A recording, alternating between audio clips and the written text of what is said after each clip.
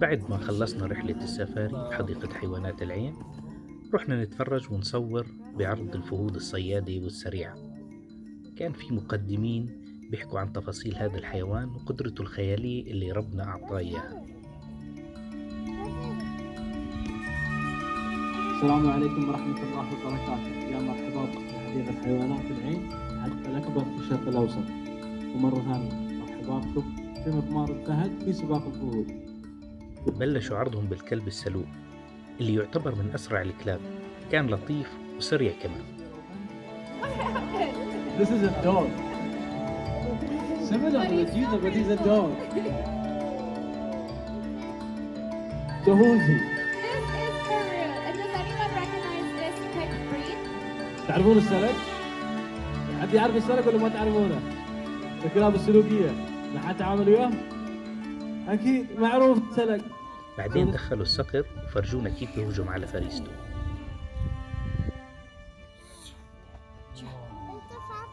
Good cat.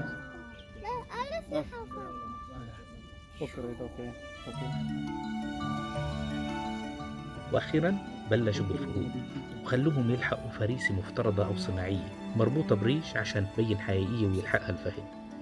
طبعا واضح إنه الفهد فاهم اللعبة وحافظها، كونه بيعمل هالشي كل يوم.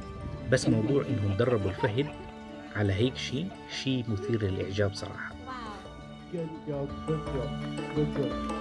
That's why he was smart and that's why he was fast. So, Faraz, take your time.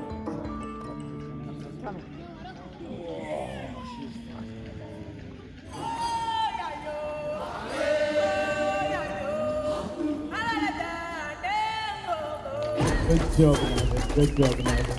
وهون صار غلط، يبدو إنه بالحبل اللي بجر الطريق المفترضة وما وصل للآخر، ولسوء حظنا ما شفنا عرض سرعتها كاملة.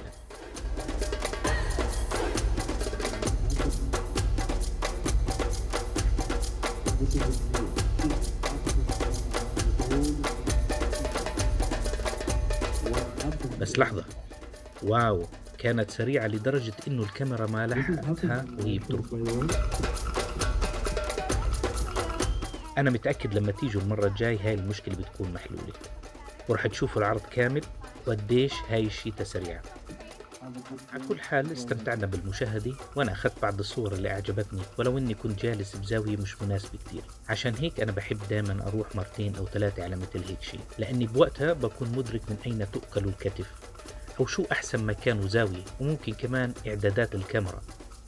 وبهيك بكون خلص العرض اللي استمر حوالي 15 ل 20 دقيقة، وخلوا الفهود ينطلقوا يلعبوا بالساحة لوحدهم.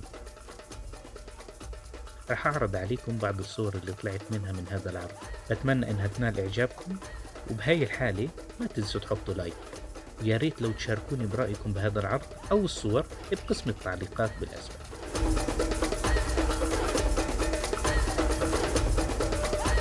ما تنسوا تشوفوا الفيديوهات السابقة واستنوني بفيديوهاتي الجاي.